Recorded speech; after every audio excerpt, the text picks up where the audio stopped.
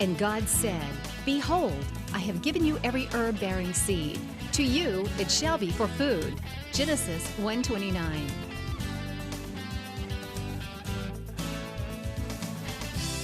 Man did eat angels' food. He sent them meat to the full. Psalm 78:25. Everyday Manna with Lisa.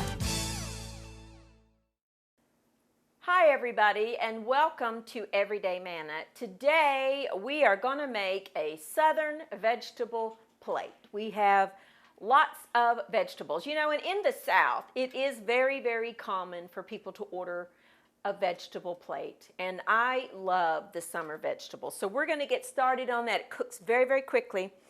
To serve with our veggies, we're going to make a wonderful bread. Just a quick and easy bread using a French loaf. Now I'm just going to use half of it because it was really big. I have in here some softened butter, and then I'm going to add some herbs to it. Now I have some wonderful Greek oregano. I like to put it in my hand and kind of crush it just a little bit, or you could do it in a mortar and pestle. Oh, it smells so good. Then I'm going to add a little bit of dill. I'm adding about a teaspoon of each one. This is a brand new container of it. Let me get it opened. Hold on, I should have done this ahead of time. But I didn't. So let's get this done. I never keep the little sifters on my herbs because I typically always just measure mine out. So I just throw that thing away. I'm going to add about a teaspoon of dill weed, not seed. If you have fresh dill, by all means add fresh dill. Some dried basil, which is not, this one's new too, not something I typically use a lot of. I, for the most part, don't use dried basil, but there are some things like this that it really does go well in. And be sure that you keep your herbs fresh. See, that smells so good. If you've had a container of herbs for a year, it's probably not going to be any good. So you want to make sure that you have fresh herbs. They only keep about 6 months. Now, this is rosemary that I have grown myself and dried. So I want to crush it up just a little bit. All right. And then just stir that all together. Let me get my herbs out of my way here. Put them back here. We're just going to mix that together. And oh, you can smell that oregano. If you ever have the opportunity to shop in a Greek-inspired or a Greek grocer, get their oregano. The dried oregano in a Greek is just fabulous. I'm going to add a little lemon to this. I'm going to zest it first because I want to add that flavor of the lemon rind, which is the outer part, the yellow only. Don't go into the white. That can be bitter. And oh, instantly you smell that flavor of the oils coming out of that zest. It has so much flavor. I'm just using a rasp. If you don't have a rasp, you can use the small holes of a box grater. Worth the investment, though. I have different sizes of these, different kinds of holes. But this one's just the traditional one. And I zested pretty much that whole lemon. Take your rasp and just kind of tap it and get the rest of the zest off. Okay, I'm going to add that to my butter. And then I'm going to add the juice of this lemon. Always run it on your board, press it down to release the juices. Depending on how juicy it is, I don't know whether I'm going to need the whole lemon or just half. I want about a tablespoon or so, and I think just half is going to be plenty because that was pretty juicy. You do release the oil, the juices by rolling it onto your cutting board and pressing down on it. Now I want to take my bread and I'm going to cut it in half. Get all my stuff off my work surface here. You could cut it in individual little pieces, but not through the bottom to keep it all intact if you want. But I find it's just as easy to do it this way. And then mix all that together. And you can add, if you don't have, maybe you don't have all the herbs that I used, use what you like. This is totally customizable. And I'm going to put that on my bread. I've got my oven preheating. I'm just going to kind of stir that all together.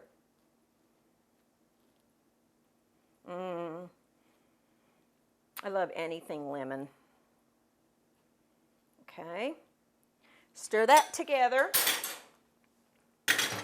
And then put the top on. Wrap it in foil. And put it in the oven for about 15 minutes or so until the bread warms and the butter melts. And oh, it's so delicious. So we're just going to pop this in the oven back here at 350 degrees, 10 minutes or so. It doesn't have to be exact. It's fine. Whatever temperature you want to bake it at is fine.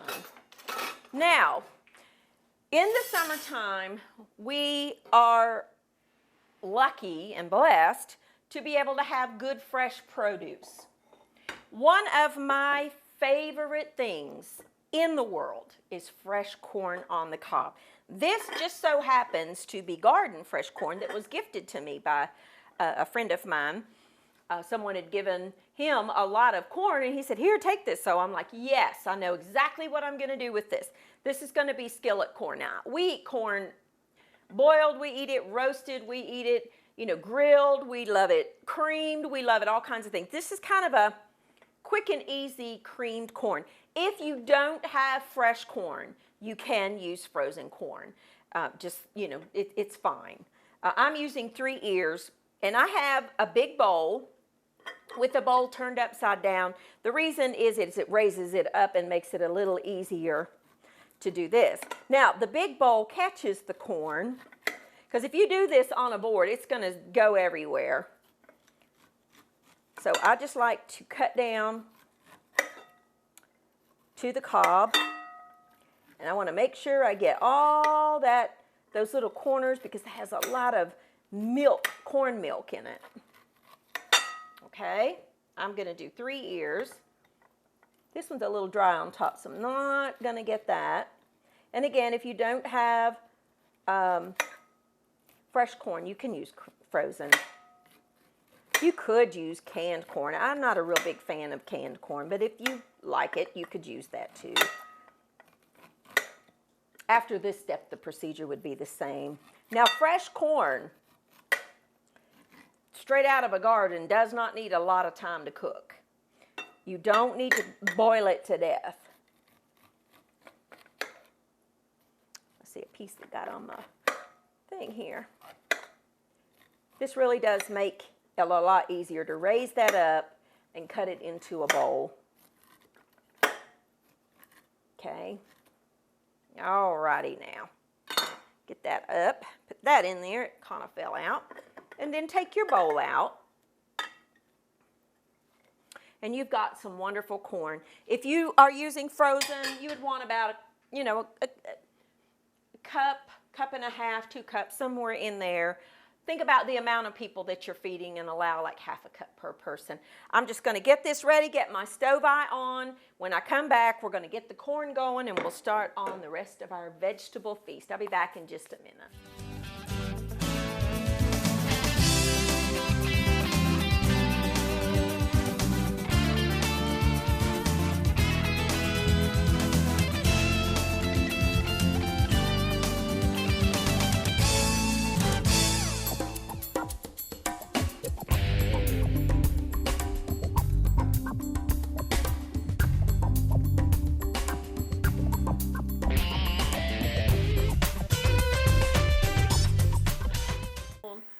All right, now our bread is baking. We have cut the kernels off of 3 ears of corn. I have here a good sized skillet that I've got some butter in. And I'm going to add a little tiny bit of olive oil to that. Now, I don't want to, the butter adds a lot of flavor, which is what I want. but I also, need the higher cooking temperature of the oil. So if you combine them, it raises the temperature. Now I'm going to add my corn to my skillet. This is called skillet corn, after all. I love fresh corn on the cob. Love it. Absolutely love it. All right. Now, just let that go for a minute. Okay. I'm going to add a little bit of red pepper to mine because I have some left over. If you don't have any, you don't need to put it in there. But if you have it, by all means, put it in there because it really is very good. Okay, just dicing it. And remember with our peppers, we had green pepper, red pepper, whatever it is. I cut them from the inside because this side is a lot easier to cut through than the outside that has that natural kind of a wax skin on it, if you will. The thing that we peel off when we roast our peppers. All right. Just going to add those to my skillet. This just takes a minute or two. It really does not take that long. If you have a little Vidalia onion, you can dice that and put it in there. Okay. I just want to cook that corn for a couple of minutes. 3 or 4 minutes is plenty for our corn. We want to add a little salt. Let's add about a teaspoon or so. This is a half teaspoon measure, so I'll do 2. And then some freshly ground pepper. This is freshly ground. I just put it in a container. Not too much. I got so tickled last night. I had gone with Mike to sit down and discuss some business plans, and we were in a restaurant, and we were leaving, and these people stopped us to speak to us, which was wonderful. And I got so tickled. I've never seen anybody else but this gentleman do it, other than me, do it. And he, I love pepper, and if you've watched this show, you know that. He took, in the restaurants, most of the time they don't have a fresh pepper mill, and he took the lid off of the shaker and poured his pepper over there. I got so tickled at that. I've never seen anybody else do that but me. I always do that. I'll take the lid off of the pepper and sprinkle on a lot of pepper because I really do like a lot of pepper. So we're just going to let this go for a minute. Now, this is good as is. I mean, really good as is. However, if you add just a little bit of heavy cream to your skillet and let it reduce and let it kind of simmer down, oh, it is so good. Let that liquid reduce down. It is absolutely divine with a little bit of heavy cream. It makes a sauce. The cream will reduce a little bit and kind of coat that corn. And it's yummy. And see, I think we need a little more pepper. So we're going to add a little bit more pepper. If your corn is not good, sweet, fresh corn, maybe you are using frozen corn or canned corn, you might possibly want to add like maybe a teaspoon of sugar to it to kind of sweeten up that corn. But this is fresh out of the garden, so I know it's going to be sweet. But if your corn isn't, or you're using, maybe it's several days old, or you're using frozen or canned, you can add like a teaspoon or so of sugar, or even a little bit of Splenda or something like that, just to kind of bring out that sweetness that can be in the corn. But again, this is fresh, so it's going to be fine. I'm just going to let that simmer for just a minute while we get started on our next dish. Now, again, we're doing garden fresh veggies. So we're going to do a squash saute. I'm going to get this eye going. Let that, I got some butter in there. And I'm going to add a little bit of olive oil just to bring up that temperature. Turn my corn down, let that simmer just a minute. If you are lucky enough to have a garden or know someone that has a garden, this is actually, this yellow squash is out of my sister's garden, and I purchased this at a farmer's market. then you probably have so much squash that you just don't know what to do with it. I remember the days of gardening with my mom, and we would have so much, especially zucchini and yellow squash. We would have so much squash. A lot of times, once the zucchini got big, I would shred it, and this is a good little hint for you if you have a garden. You know, they go from this size to this overnight, seemingly. If you end up with the really big, gigantic baseball bat looking zucchini, you know, it's probably not the best to saute. It's a little bit, can be a little stringy or tough. But you can go ahead and shred it and press out excess water and pack it into airtight containers and freeze it. And then in the middle of winter, when you want to make zucchini bread, you've got wonderful zucchini ready to go. So that's a little hint for you. You can do that with your excess squash or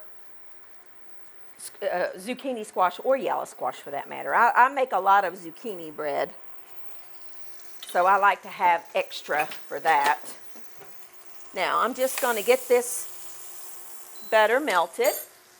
I'm going to start out with some scallions. If you have a Vidalia, by all means use the Vidalia. I'm only going to do the white up to the light green part. I'm going to use the green, but I'm not going to add it right now. I'm going to add that at the end. You could even add the tops of this to your corn if you wanted to. So I'm just going to set this to the side and add my onion into my pan. I'm going to let that go for about a minute or so, and then we will add in our squash. I'm going to take a quick break, just kind of clean up a little bit here, check the bread, and when I come back, we'll wrap up this program by sauteing our wonderful squash.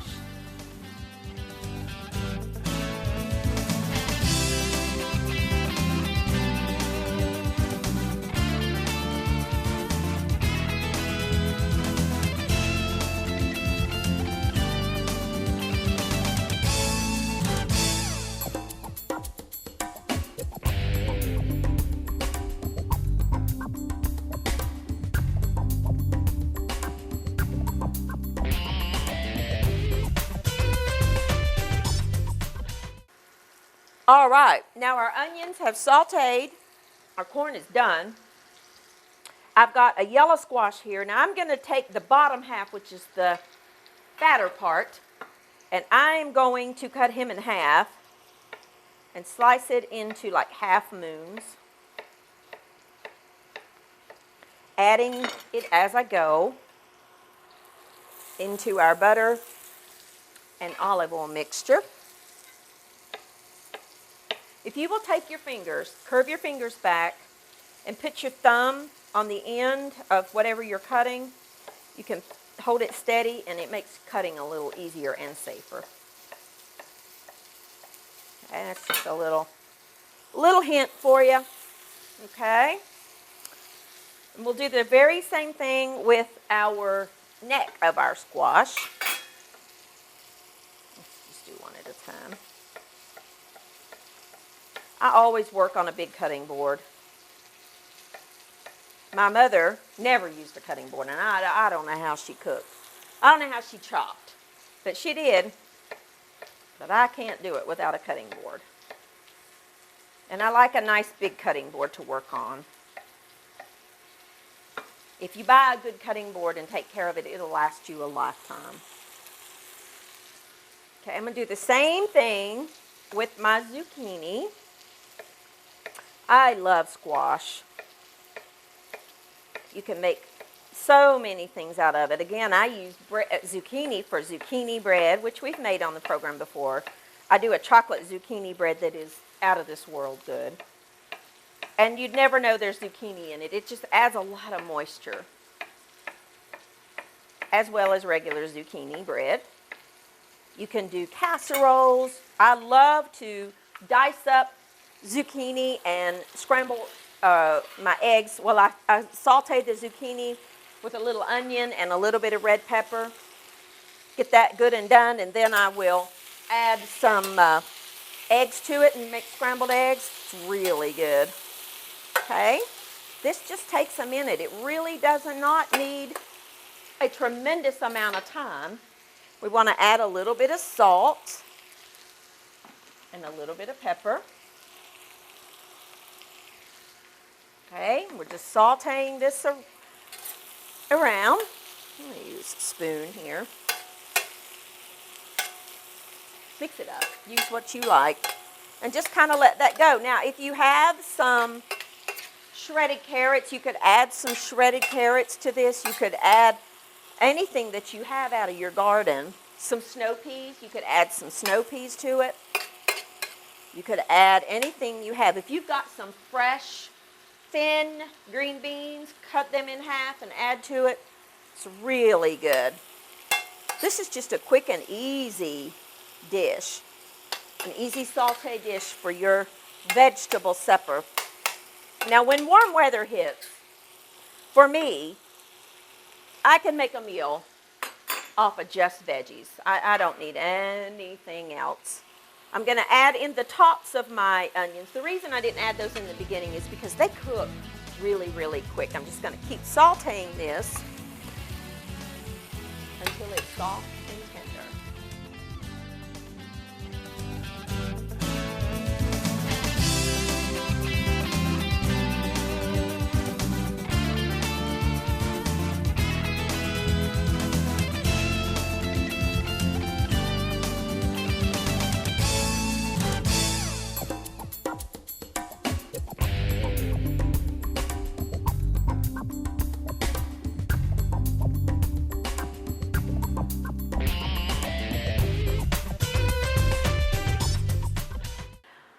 Okie dokie. Now, our squash has sauteed, our corn is done, our bread is done, and we're ready to eat. I have this other half of lemon, so I'm going to squeeze it over the zucchini. It just adds a little brightness to it. It's really good. If you don't have a lemon, don't worry about it. You don't absolutely have to do that. But a little bit of acidity, which the lemon provides, really does add a lot to it. Now, let's just plate up our meal here. We've got our wonderful skillet corn, which is delicious. We have our wonderful zucchini, yellow zucchini and squash.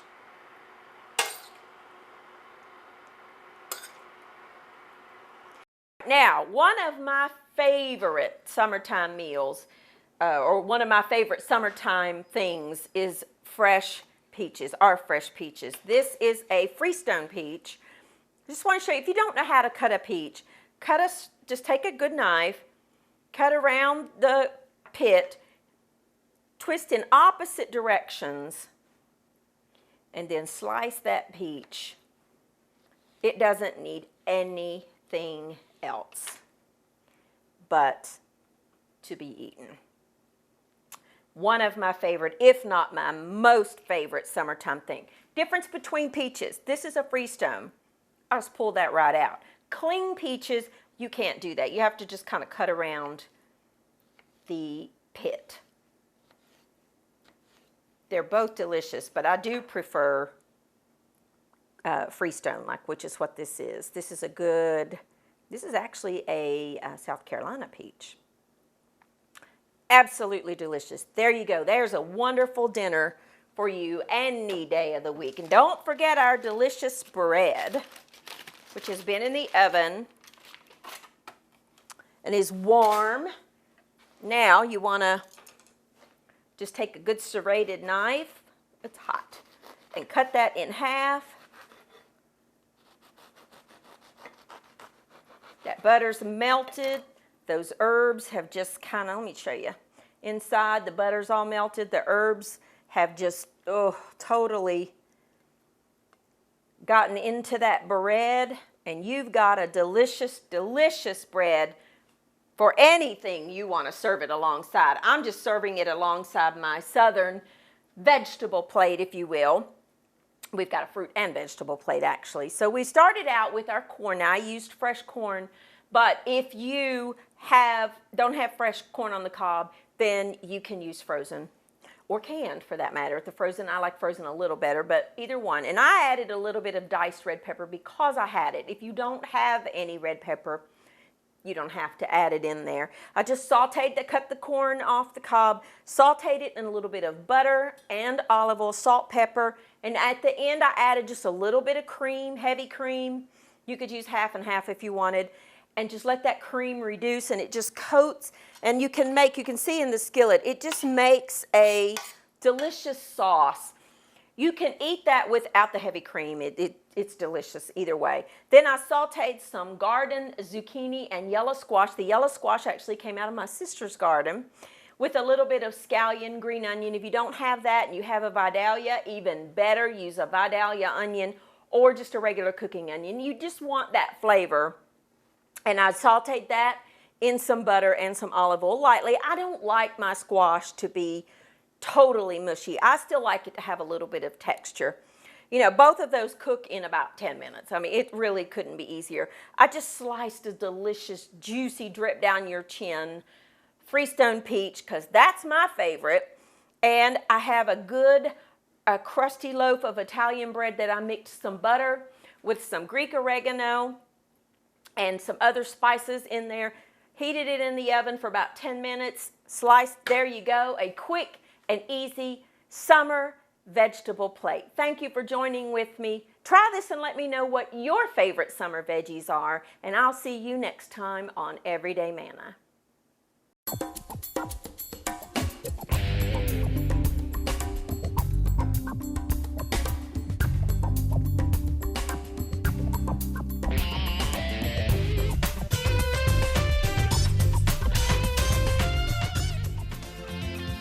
Thank you for watching Everyday Manna with Lisa. This program is made possible by viewers like you. Your support is continually needed to keep Christian programming on the air.